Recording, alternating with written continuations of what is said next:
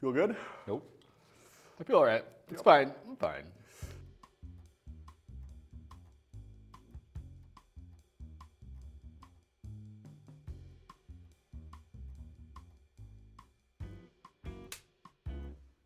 What's going on, everybody, for VPC? I'm Parker Schmiller, and you're watching VPC Hot Ones. It's a show with hot wings and even hotter questions. Today, we're joined by a UW-Stout professor for video production, Johnny Wheeler. You can catch him roaming the halls here at Comtech or teaching classes such as lighting. Johnny, welcome to the show. Thank you, Parker. I appreciate that. Yeah, of course. How are you with hot stuff? You know, I like spicy things, but I feel like I do have some upward limit of spice I can handle. But I do like it. Have you prepared at all for it? A little bit. I have been eating increasingly spicier things over the last 2 weeks. Actually, I thought this was going to be last week, so I was prepared last week, so I'm extra prepared this week. Double prepared. Yeah. Perfect. Well, let's get right into it.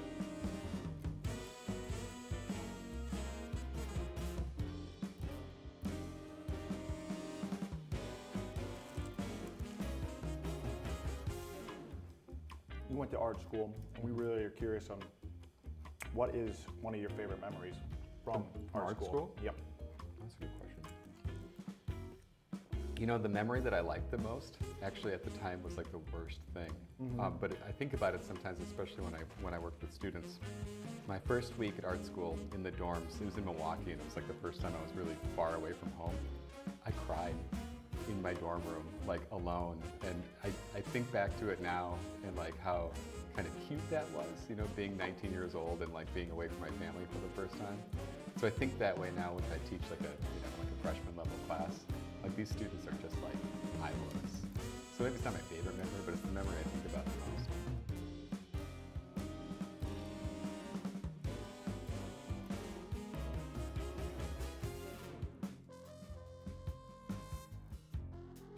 Cool. When I was in your class, was really interesting, really surprised to find out that you have tattoos. Did your background in sculpting and art help come up with any ideas for your tattoos? Probably not. I would say though that my background in art and art school did. When you go to art school in Milwaukee in the 90s, you have to get tattoos. It's like a thing. You have to wear a lot of black, you have to smoke cigarettes, and you have to get tattoos. Like those are the main things. Right. So if you see anybody like my age walking around who has like black tattoos, likely they went to art school in the 90s. Do you have any favorite tattoos right off the bat? I have a really terrible tattoo of Stephen Colbert on my leg, and it was one of the first tattoos I gave to myself. And it's kind of like right here on the top of my leg, and it looks just like a misshapen mole at this point. And I swear to God, at first it looked great. Now it's just like kind of blended together with my leg hair and kind of like solidified into some weird amalgamation of a thing. So it looks like a crudely drawn children's snowman face. Yeah. But it's still my favorite one. Right. Because it's terrible.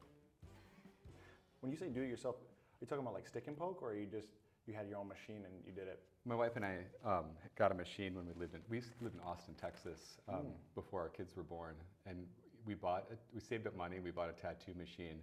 We're both artists, so we thought it would, instead of going to get tattoos at the time at like 50 or 80 bucks a pop, we would just spend like 300 bucks on a machine. And so we just, for a summer, gave each other and our friends tattoos out of our one-bedroom apartment in Austin, Texas. So yeah, I have a lot of them that I did myself, a lot of them that she did for me, and yeah. Nice. Yeah. That's awesome. It was fun.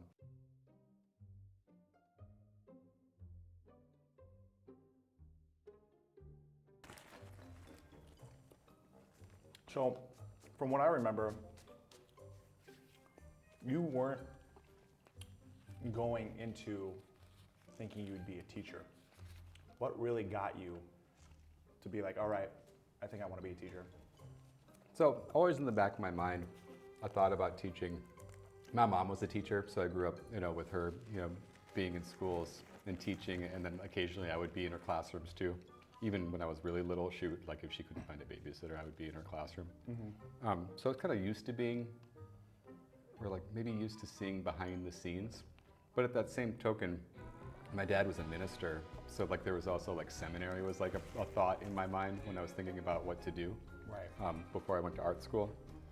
But it really wasn't until maybe 5 years after graduating from art school where I was working for a photo company, and I'd been a photographer for kind of a long time since I graduated. But then I kind of got to a point where I was training other photographers how to shoot. And like it was crazy because like we would use photographers for like a couple of months at a time. And so I'd be training adults who took this seasonal photography job from like never having picked up a camera before to being on their own and taking pictures within like a week, right? Right. So I had to really like buckle down and concentrate on what was working and what wasn't working. And it's like kind of became the best part of the job, was trying to figure out how to like get these photographers to a level where you could just like send them on their own and do their thing. And so I kind of knew at that point like I wanted to teach grown-ups how to do things like take pictures or shoot video. Right. Yeah. Very cool. Yeah, it was fun.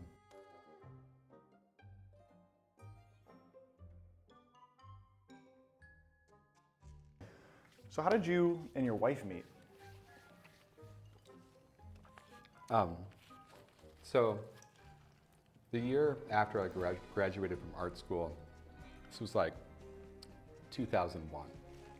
I was living in Milwaukee and kind of in a rough part of town, because that was all I could afford.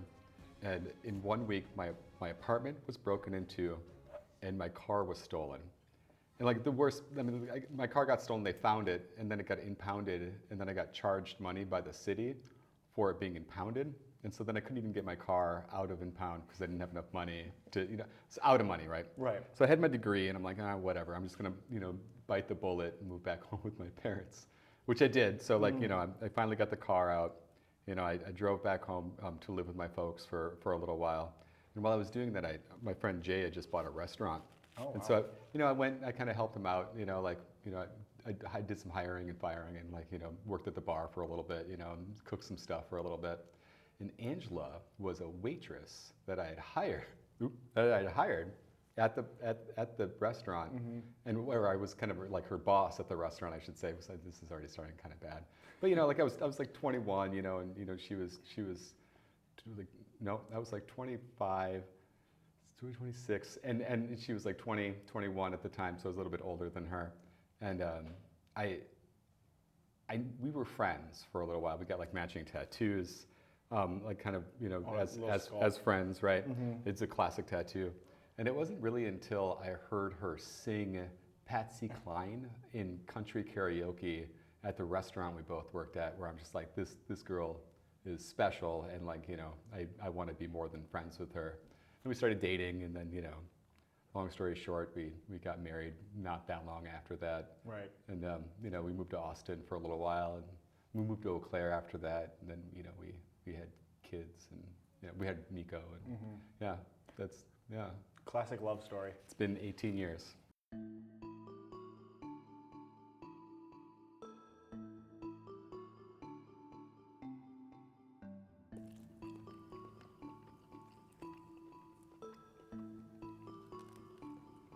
I've been told It's not bad. it's got a good flavor. I've been told your greatest nemesis recently has been your cat. Foreman, yeah, terrible cat. What's going on with that? Well, he was a rescue. He was like a COVID cat, and at first he was very grateful, I think, to be at our house and to like be a part of our family. Now I feel like he's just spoiled and fat and like kind of a jerk. He'll literally swat at you as you walk past him sometimes, in almost like a way that you might think is playful, but the look in his eyes, you can tell that he's showing his dominance. Right. Yeah, I don't like that.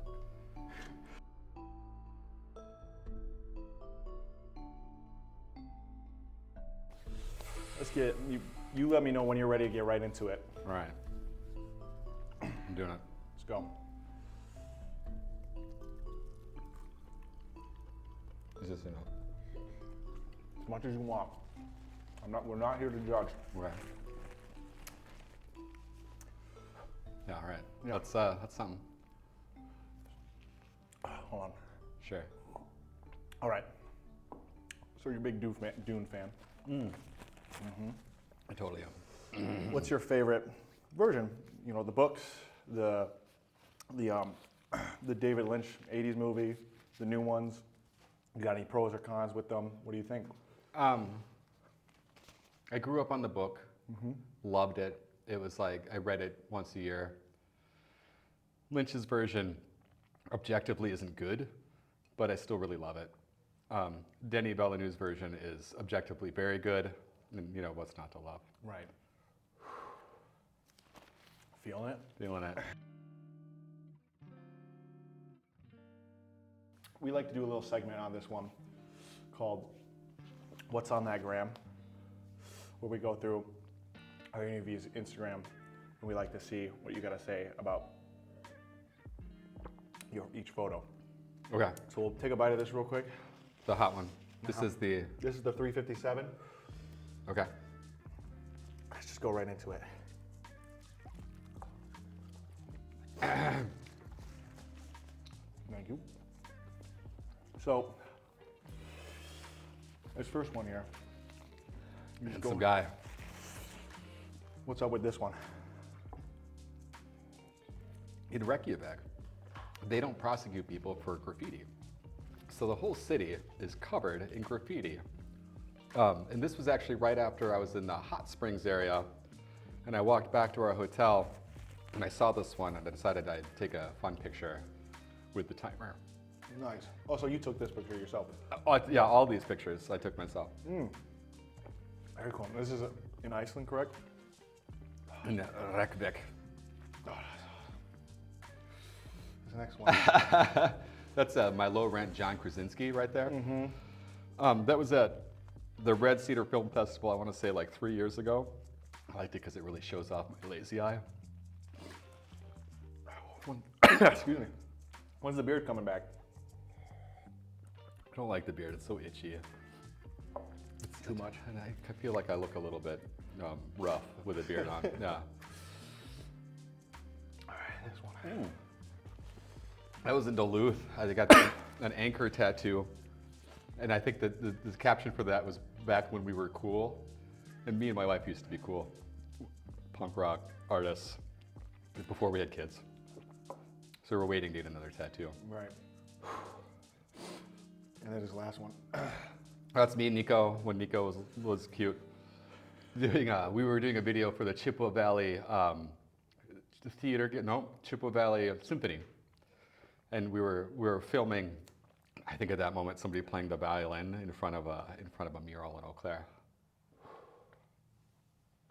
Very cool. These are all very cool photos. Check out his Instagram, it's really cool. It's interesting photos.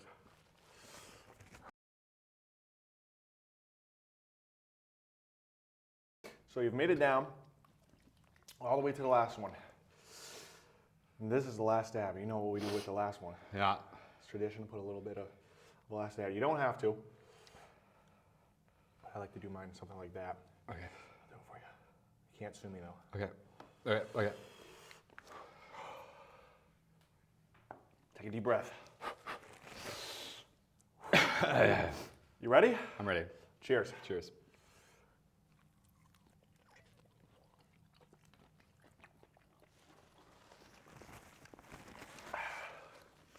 Feel good? Nope. I feel all right. It's fine. I'm fine. So when I'm in your classes, Yep. right? Cheers. I find you so lovable, Oh. but extremely cutthroat Okay. and Yeah. sometimes scary. Yeah. That's true. But I'm always making the best work I can ever make and improving myself as a creator. That's nice. And only in your classes.